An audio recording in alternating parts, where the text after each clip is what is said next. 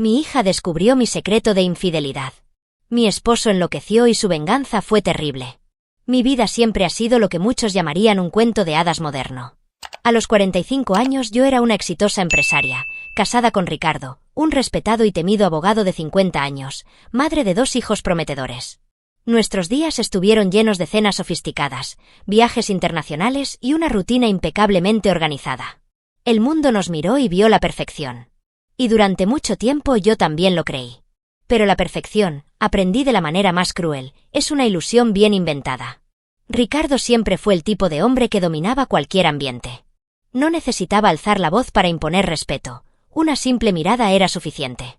A los 50 años ya se había ganado una sólida reputación como abogado estratégico, influyente y meticuloso. La gente lo admiraba, lo temía, lo veneraba. ¿Y yo? Fui la esposa perfecta, la mujer que estuvo a su lado en cada evento, con la sonrisa impecable y el discurso ensayado. Mi vida era una gran obra y actué en el papel principal sin olvidar nunca las líneas. Pero había algo dentro de mí que me susurraba que no era suficiente. Miguel y Sofía fueron nuestro mayor orgullo. Miguel, a sus 21 años, ya mostraba huellas de la frialdad calculadora de su padre, un joven brillante y decidido, cuyo futuro parecía prometedor. Sofía, a sus 18 años, era diferente, soñadora, cuestionadora, buscando siempre un propósito mayor. Ella era el espejo de lo que yo fui una vez, antes de perderme dentro de la burbuja de nuestra familia perfecta. Mirarla me recordó que una vez tuve sueños que no implicaban simplemente mantener las apariencias. Pero los dejé atrás. Ser lo que esperaban de mí. Nuestra casa era más que un hogar, era un símbolo. Mármol frío, enormes ventanales, cada detalle elegido meticulosamente para transmitir poder y estatus. Pero dentro de esos muros reinaba el silencio. Un silencio pesado y asfixiante. A veces Ricardo y yo pasábamos días sin intercambiar más que palabras triviales. Siempre estuvo inmerso en el trabajo, en las cenas estratégicas, en las conexiones que fortalecieron su imperio. ¿Y yo?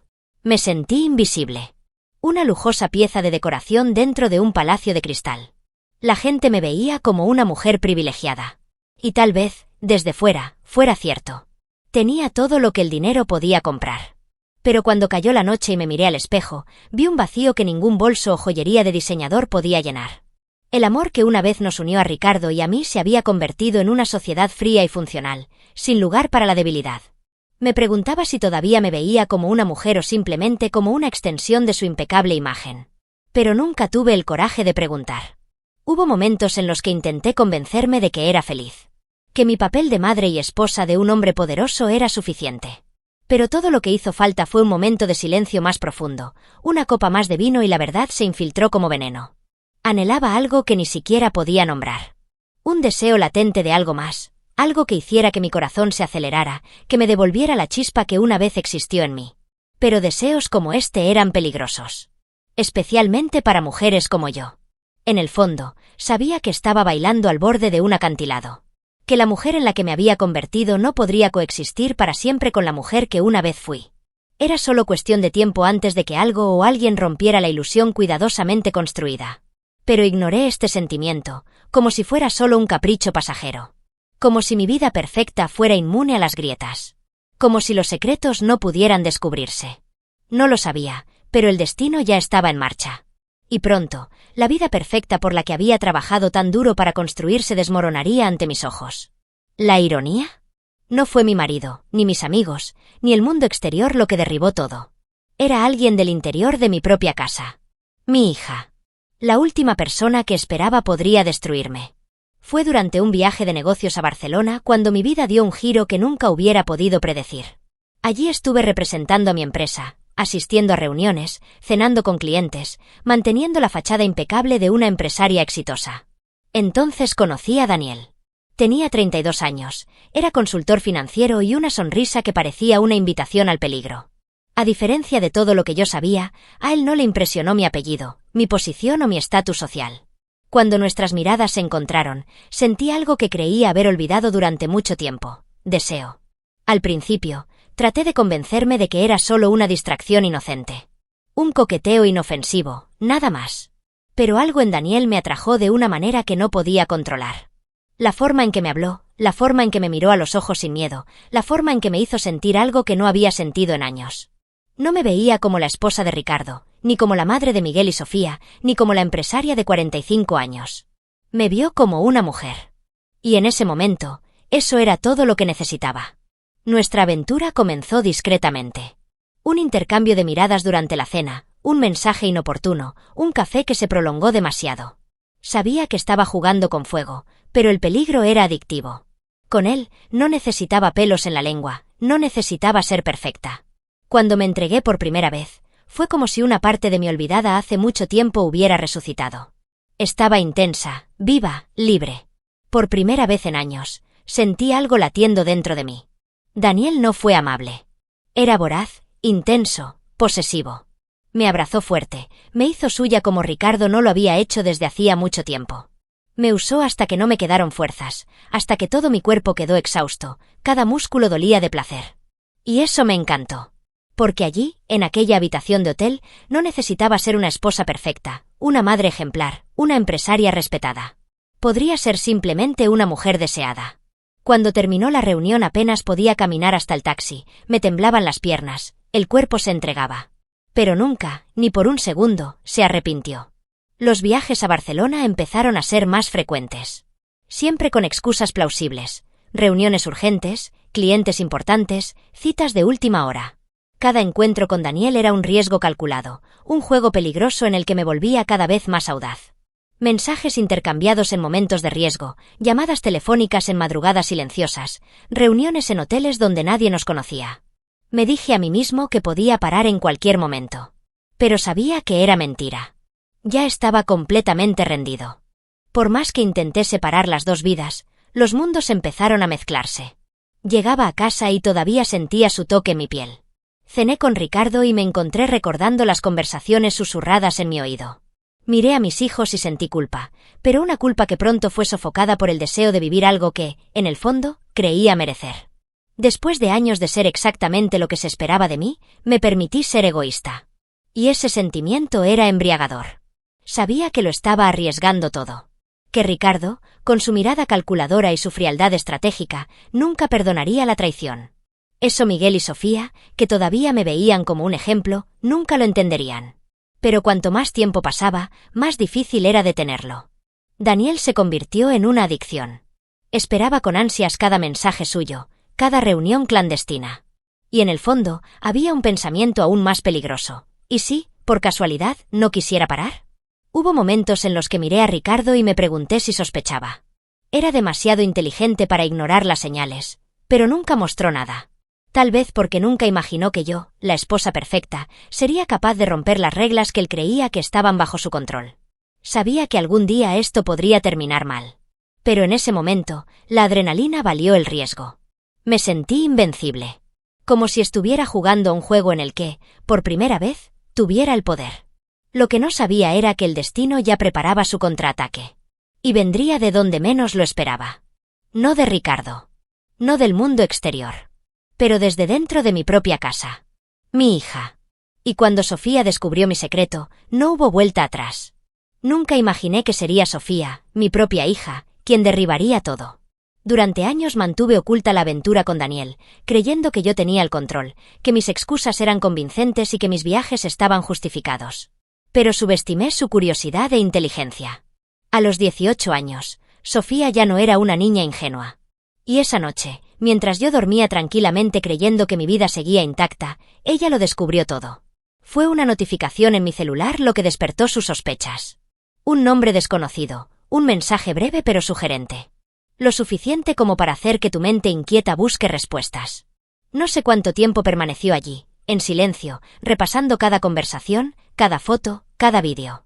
Pero cuando me desperté esa mañana, supe que algo había cambiado. Sofía estaba parada en la puerta de mi habitación, mirándome como si fuera una extraña. Su rostro estaba pálido, sus ojos estaban llorosos, pero llenos de algo que nunca esperé ver en ellos: disgusto. «Destruiste todo», fue lo que dijo, con la voz temblorosa, casi inaudible. Intenté ocultar el shock, levantarme, tomar el celular de su mano, pero ya era demasiado tarde. Ella ya lo sabía. Y peor que eso, ella lo entendió. Ya no era una niña a la que podía convencer con dulces palabras y excusas bien elaboradas. Era una mujer joven que vio la verdad desnuda ante ella. El tipo de verdad que no se puede borrar, ignorar ni disfrazar. Intenté discutir, balbuceé palabras sueltas, promesas vacías, pero ella no quiso oírlo. ¿Qué le hiciste a papá?, preguntó, como si su voz llevara el peso de toda la decepción del mundo. Quería decirle que eso no significaba que no amaba a mi familia, que las cosas no eran tan simples, que había capas en la vida adulta que ella aún no entendía. Pero ¿cómo justificar lo injustificable? ¿Cómo podría convencer a mi propia hija de que yo no era un monstruo cuando, en ese momento, me veía exactamente así ante sus ojos? Ella no lloró. Ella no gritó. Pero la frialdad de su expresión me golpeó más cruelmente que cualquier lágrima o rabieta. Le mentiste a todo el mundo. Me mentiste a mí, dijo, su voz ahora más firme, más resuelta. Intenté tomarle la mano, pero ella se apartó como si mi toque la quemara. Pensé que eras mejor que eso. Y luego salió de la habitación. Mi corazón se aceleró. Mi instinto fue correr tras ella, rogarle que entendiera, hacerle prometer que no diría nada. Pero ya lo sabía. Sofía no era del tipo que guarda secretos. Principalmente, secretos que implicaban traición y destrucción. Ella amaba a Ricardo, lo veía como un héroe y yo acababa de convertirme en el villano de la historia. Sabía exactamente a dónde iba. Me levanté apresuradamente de la cama, tratando de llegar a la sala antes que ella. Pero cuando llegué, Sofía ya estaba frente a Ricardo, sosteniendo mi celular con manos temblorosas. Me miró en silencio. Sin ira, sin sorpresa. Solo observando. Como un jugador de ajedrez que acaba de ver a su oponente cometer un error fatal. Supe, en ese instante, que todo por lo que había trabajado durante años estaba a punto de desmoronarse. El silencio en la habitación era ensordecedor. Ricardo tomó el celular de las manos de Sofía, sin quitarme los ojos de encima. No abrí ni un solo mensaje. No era necesario. Simplemente respiró hondo y dijo, con la calma aterradora que siempre lo caracterizaba, «No tienes idea de lo que acabas de hacer». Y luego salió de la casa. Y por primera vez en años, vi miedo en los ojos de Miguel. El resto del día transcurrió en un silencio sofocante. Ricardo no volvió a casa y Sofía se encerró en su habitación negándose a hablar conmigo. Miguel me evitaba, moviéndose por la casa como si yo fuera un extraño. El peso de lo sucedido empezaba a caer sobre mis hombros, aplastante. Sabía que la bomba había sido activada, que no había vuelta atrás. Pero lo peor aún estaba por llegar. La mirada calculadora de Ricardo antes de irse no era de furia incontrolada. Se trataba de estrategia. Y eso me aterrorizó mucho más que si hubiera gritado o roto algo. Intenté convencerme de que podía remediar la situación. Que pudiera hablar con Ricardo, explicarle, pedirle perdón. Pero lo cierto es que no hubo explicación alguna que justificara mi traición.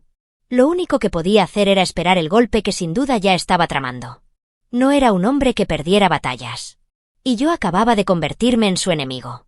Pasé mis manos por mi cabello, sintiendo mi respiración agitada. ¿Cómo fui tan ingenuo al pensar que podía llevar una doble vida sin consecuencias? Era casi medianoche cuando escuché que se abría la puerta. Mi corazón dio un vuelco, pero no fui a su encuentro. Sabía que cuando Ricardo decidiera enfrentarme, vendría hacia mí. Me senté en el sofá, con una copa de vino intacta a mi lado, esperando. Pasaron minutos que parecieron horas hasta que finalmente apareció en la habitación. Su rostro estaba impasible, pero en sus ojos había algo frío, cruel. ¿Quieres decir algo?, preguntó cruzándose de brazos. Abrí la boca, pero no encontré palabras. ¿Qué podría decir? ¿De qué me arrepentí? ¿Que ella todavía lo amaba? ¿Que mi traición no fue por él, sino por mí? Nada de eso importó. Ricardo ya había decidido mi destino, y cualquier cosa que dijera sería solo un detalle irrelevante en la narrativa que ya había escrito para mí. Aún así lo intenté. Cometí un error, susurré. Dejó escapar una risa corta y sin humor. ¿Un error?, repitió, como saboreando la palabra. ¿Crees que esto fue un error? No, querida. Fue un acto deliberado. Y ahora pagarás por ello. Había algo en su voz que me hizo estremecer. No fue solo una advertencia, fue una sentencia. Ricardo no era un hombre impulsivo. Era calculador, meticuloso, despiadado. Y tenía poder. Poder que yo mismo ayudé a construir junto a ti, creyendo que éramos un equipo. Ahora, ese mismo poder estaba a punto de ser usado en mi contra. No tienes idea de lo que acabas de destruir, dijo en voz baja y firme. Pero me aseguraré de que lo entiendas. Y luego, sin decir una palabra más, subió las escaleras, dejándome sola con el peso de mi propio desastre. La mañana fue un infierno silencioso. Intenté hablar con Sofía, pero su puerta permaneció cerrada. Miguel ni siquiera me miró cuando cruzamos el pasillo. Me senté en la cama, mirando al vacío, sabiendo que mi vida nunca volvería a ser la misma. ¿Qué haría Ricardo? ¿Pediría el divorcio? ¿Me echarías de casa? ¿Le contaría todo a nuestro círculo social, exponiéndome al ridículo? El simple hecho de no saberlo era aterrador. Porque Ricardo nunca dio un aviso antes de atacar. Simplemente actuó. A la mañana siguiente, la confirmación de mi peor pesadilla llegó de la peor manera posible. Recibí un mensaje de un número desconocido. Solo un enlace. Hice clic y se me heló la sangre. Eran fotos. Impresiones de mensajes. Prueba irrefutable de mi romance con Daniel. Publicado en un grupo privado por donde circulaban los nombres más influyentes de Madrid. El escándalo había comenzado. Y supe que eso era solo el comienzo. Ricardo había hecho su movimiento. Y ahora estaba oficialmente destruido. El escándalo se extendió más rápido de lo que pude procesar. Al principio, eran solo miradas extrañas en los lugares a los que solíamos ir, susurros cuando entraba a un restaurante o caminaba por los pasillos de mi propia empresa. Pero pronto, los susurros se convirtieron en preguntas directas y las miradas discretas en descarado desprecio. Ricardo no solo filtró la historia a nuestro círculo social, sino que se aseguró de que fuera imposible de ignorar. Quería que todos lo supieran. Quería que sintiera que la vergüenza devoraba cada parte de mí. Mi nombre empezó a aparecer en grupos privados y luego en publicaciones anónimas en las redes sociales. Los mensajes filtrados circularon como un virus y las fotos que Daniel y yo intercambiamos, las que pensé que estaban protegidas, se hicieron públicas. Yo fui la mujer que destruyó a su propia familia. El traidor sin escrúpulos. Las personas que antes me saludaban con sonrisas falsas ahora me miraban con auténtico disgusto. Los mismos amigos que me confiaban sus secretos en cenas de lujo ahora me excluían de sus eventos. Estaba solo y todos se esforzaron en dejarlo claro. En mi empresa, el impacto fue inmediato. Los socios empezaron a marcharse, los clientes cancelaron contratos y se cancelaron reuniones importantes sin previo aviso. El motivo no estaba dicho con palabras, pero era evidente, me había convertido en un problema de imagen. Y en un mundo donde la reputación lo es todo, un escándalo como este era un billete directo a la ruina. Recibí un correo electrónico seco y formal de la junta directiva. Se había convocado una reunión de emergencia. Sabía lo que eso significaba. Me sacarían de mi propia empresa, de lo que había construido a lo largo de los años. Todo porque Ricardo quería asegurarse de que no me quedara nada. Pero lo peor estaba en casa. Sofía se negó a hablar conmigo. Pasaba sus días encerrada en su habitación, saliendo solo para ir a la universidad, y cuando nuestros caminos se cruzaban, ella me miraba como si yo fuera un extraño. Miguel fue aún más cruel. Una noche, cuando intenté hablar con él, explicarle, pedirle que al menos me escuchara, me miró con un desprecio que me hizo oprimir el pecho. «Me da asco», fue todo lo que dijo antes de salir de casa. Supe en ese momento que había perdido a mis hijos para siempre. Ricardo no necesitó mover un dedo contra mí. Simplemente creó las circunstancias perfectas para que mi vida se desmoronara por sí sola. No gritó, no discutió, no hizo ningún escándalo. Simplemente actuó detrás de escena, moviendo los hilos correctos, moviendo las piezas exactas en el tablero. Y ahora estaba exactamente donde él quería que estuviera, completamente sola, aislada, sin nadie que me defendiera. Los mensajes de odio empezaron a llegar. Números desconocidos enviándome insultos, llamándome todo lo que nunca imaginé escuchar. Personas que nunca había conocido en mi vida pensaban que tenían derecho a juzgarme, a atacarme, a reducirme a ser simplemente la mujer que me engañaba. Como si una sola decisión mía definiera toda mi existencia. Como si no fuera más que el error que cometí. Pero no importaba si pensaba que era injusto. El mundo ya había decidido mi destino. Mi vida quedó arruinada. Mi familia me odiaba. Mi empresa estaba fuera de mi alcance. Mi nombre se ha convertido en sinónimo de vergüenza. Pero Ricardo aún no había terminado. Todavía tenía un último golpe que darme. El golpe final, el que me dejaría sin nada. Y esta vez, no tendría fuerzas para defenderme. El tribunal fue solo una formalidad. Lo supe incluso antes de entrar a la sala, antes de ver a Ricardo sentado al otro lado, impecable como siempre, con la postura de alguien que ya había ganado antes de que comenzara el juego. Tenía todas las cartas en la mano, las pruebas, la influencia, la reputación intactas. ¿Y yo? No tenía nada más que el peso de mis propios errores. El juez apenas necesitó escuchar a mi abogado antes de tomar su decisión. Era como si mi destino ya estuviera sellado desde el momento en que Ricardo descubrió mi traición. ¿La casa? ¿De él? ¿Los productos? Congelado. ¿Mi participación en la empresa? Reducido a polvo. Durante años pensé que tenía el control de mi propio imperio, pero olvidé un detalle crucial. Ricardo también era accionista. Al principio, entró en el negocio como un socio discreto, alguien que simplemente me apoyaba entre bastidores. Pero cuando el escándalo salió a la luz, utilizó esa posición para destruirme. Convenció a los demás accionistas y socios para que me destituyeran de la gestión de la empresa, logrando que mi destitución fuera sin poder de decisión alguno. ¿Qué me queda? Un salario simbólico, una cantidad ridícula que apenas alcanzaba para sustentarme. Fue una humillación calculada. Podía luchar en los tribunales para recuperar mi puesto, podía impugnar mi salida, pero Ricardo no era un hombre cualquiera. Era un abogado influyente, temido y respetado, con contactos en todos los lugares adecuados. Un proceso llevaría años, tal vez décadas. Y mientras tanto, estaría sola, sin recursos, dependiendo de un dinero que ni siquiera cubría mis necesidades básicas. Se aseguró de que me quedara sin opciones. Pero lo peor ni siquiera fue la pérdida de bienes materiales. Miró a Miguel y Sofía, sentados a su lado, y se dio cuenta de que ya habían hecho su elección. No eran neutrales, no estaban divididos entre padre y madre. Estaban de su lado. Y contra mí.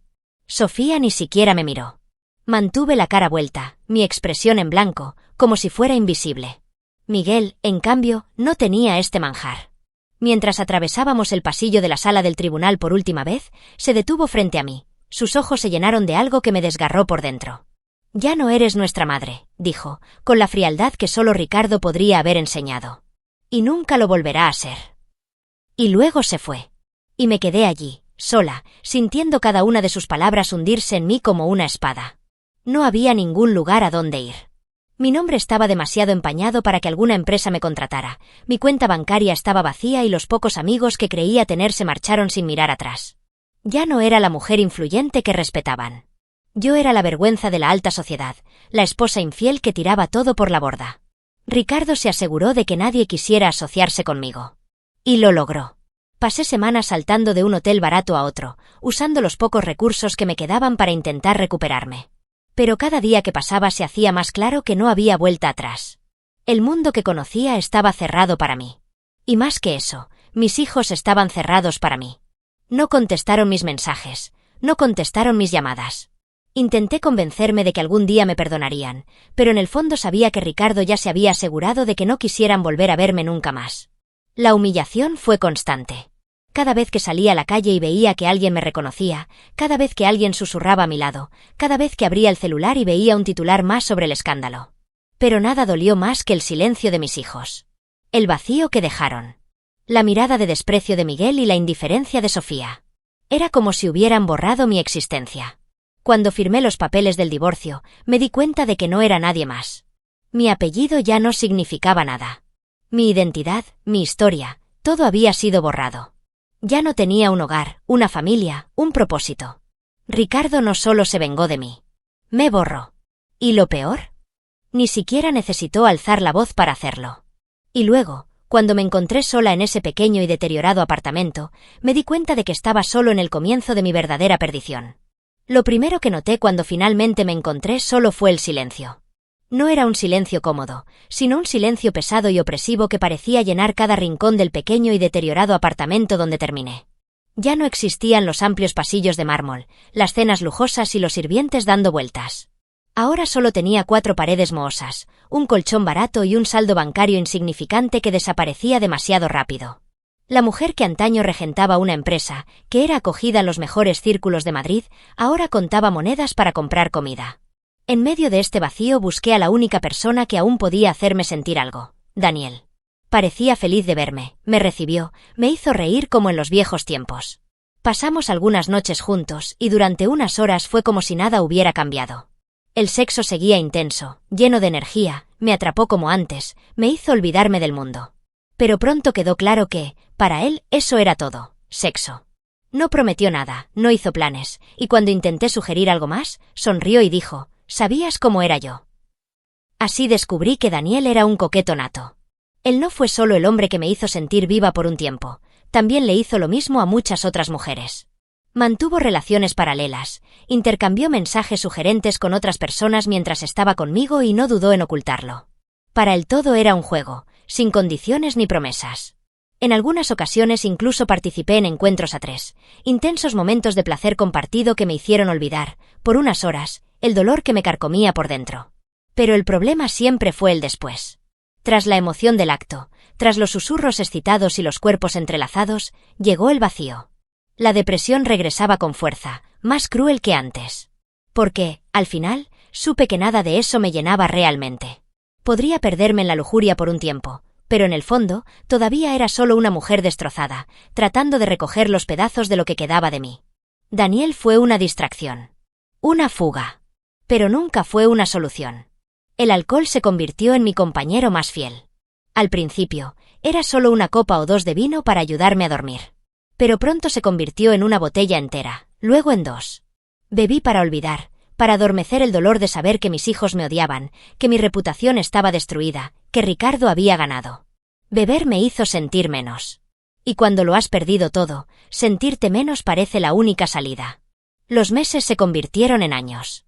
Mi historia, que alguna vez fue un escándalo candente, estaba siendo olvidada por el público. Pero nunca lo olvidé. Cada noche vacía, cada resaca cruel me recordaba lo que había hecho y lo que me habían hecho. Intenté justificarlo ante mí mismo, intenté pensar que mi error no justificaba la destrucción total de mi vida. Pero pronto esa voz desapareció, ahogada entre dosis baratas y lágrimas silenciosas. Intenté empezar de nuevo varias veces. Solicité empleo, traté de recuperar algo de dignidad. Pero el apellido que antes me abría puertas ahora me las cerró. Mi currículum era excelente, mi experiencia impecable, pero nadie quería asociarse con la mujer que destruyó a su propia familia. El mercado puede perdonar a los ladrones y corruptos, pero nunca perdona a las mujeres que cometieron el error de querer algo más allá de lo que se les concedió. Y entonces un día miré a mi alrededor y me di cuenta de que no quedaba nada. Solo botellas vacías, facturas atrasadas y un vacío que me consumía de adentro hacia afuera. Ricardo consiguió lo que quería. No solo me destruyó. Me hizo destruirme solo. Y cuando me di cuenta de esto, supe que tenía que tomar una decisión. O desaparecería para siempre. O encontraría una manera de defenderme. Después de 5 años de vivir en las sombras, decidí que tenía que intentarlo. No sabía exactamente qué esperaba, pero sabía que no podía continuar como estaba. Mi cuerpo estaba desgastado por el alcohol y mi mente agotada por la depresión. Una vez lo había sido todo y ahora no era nada. Así que reuní la poca dignidad que me quedaba y fui tras ellos. Primero, Miguel. Esperé afuera de la oficina donde él trabajaba, preparándome para una reunión difícil. Cuando me vio se detuvo un momento, como si estuviera decidiendo si valía la pena pasar siquiera un minuto de su vida conmigo. «Solo quiero hablar», supliqué. Suspiró, mirando a su alrededor, probablemente asegurándose de que nadie lo viera ahí conmigo. «Tienes 5 minutos», dijo, sin ninguna emoción en su voz. Empecé a hablar, a disculparme, a decir que nunca quise hacerles daño, que la vida no siempre es tan sencilla como parece. Escuchó sin interrumpir, pero sus ojos eran fríos, distantes. Cuando terminé, hubo un largo silencio. «¿Crees que una conversación puede borrarlo todo?», preguntó, con un tono casi cínico. «Aprendí a vivir sin ti, y honestamente, mi vida es mejor así». Sus palabras fueron un puñetazo. Probé con Sofía más tarde. Esperé a la salida de la universidad, nervioso, sosteniendo un pequeño regalo que compré. Un gesto inútil, lo sabía, pero tenía que intentarlo. Cuando me vio, su rostro decayó. «No», fue lo primero que dijo, antes de que pudiera abrir la boca. «Sofía, por favor, escúchame», le rogué. «Ya he oído suficiente», respondió ella, cruzándose de brazos. «Mi padre nos enseñó a no volver a confiar en ti nunca más». Me golpeó como una espada fría. Ya no había lugar para mí en sus vidas. Me habían borrado. Durante los días siguientes, traté de convencerme de que había algo de esperanza. Que con el tiempo, tal vez, podrían reconsiderarlo. Pero la realidad se impuso. Habían seguido adelante. Tenían una nueva vida, una vida en la que yo era solo un error del pasado. Yo era un recuerdo incómodo que preferirían olvidar. Por más que lo intenté, no había vuelta atrás. Esa noche, me senté sola en mi departamento vacío y miré el papel en blanco frente a mí. Durante años fui silenciada, reducida a la nada, olvidada incluso por mis propios hijos. Pero por primera vez en mucho tiempo tuve control sobre algo, mis últimas palabras. No sería una disculpa. No pediría perdón. Si Ricardo quisiera borrarme, me aseguraría de que mi nombre nunca saliera de sus mentes.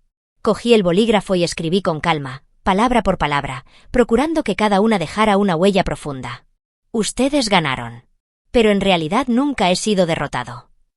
Doblé la nota con precisión, dejándola sobre la mesa, donde sabía que la encontrarían. Después de eso, recogí mis cosas. Nada valioso, nada que a nadie se le escaparía. Justo lo que necesitas para dejar. Llamé a un número que todavía estaba grabado en mi memoria, incluso después de todos estos años. La voz al otro lado de la línea respondió con tono de sorpresa. Necesito desaparecer, dije sin rodeos. Hubo un breve silencio antes de que llegara la respuesta, tranquila y sin preguntas. Ya sé exactamente a dónde enviarte. A la mañana siguiente, mi apartamento estaba vacío. No hay rastro de mí, ni idea de a dónde fui. Solo la nota sobre la mesa. Cuando finalmente se encontró, comenzaron las especulaciones. ¿Qué me pasó? ¿Me tiré de un puente? ¿Me fui a otro país para empezar de cero? ¿Planeé una venganza silenciosa? Nadie lo sabía. Y esa incertidumbre se convirtió en mi última arma. Ricardo, con todo su control, con toda su influencia, no pudo evitar los rumores. Lo intentó, por supuesto. Pero la gente hablaba. Mis hijos intentaron fingir que no les importaba, pero en el fondo, algo los estaba carcomiendo. Porque ahora nunca tendrían respuestas. Nunca sabrían si estaba vivo o muerto. Si había renunciado a todo o si pensaba regresar de alguna manera. Los años pasaron, pero mi ausencia nunca dejó de perseguirlos. La nota quedó como una cicatriz en la mente de todos aquellos que me borraron. Podría estar en cualquier lugar. Y eso los atormentaba. Porque los muertos se olvidan. ¿Pero fantasmas? Los fantasmas nunca dejan de existir. Si te gustó la historia, no olvides darle me gusta al vídeo, suscribirte al canal y contarnos tu opinión en los comentarios. Dinos también desde qué ciudad nos estás viendo. Tu participación es muy importante para ayudarnos a traer más historias como esta. Hasta la próxima.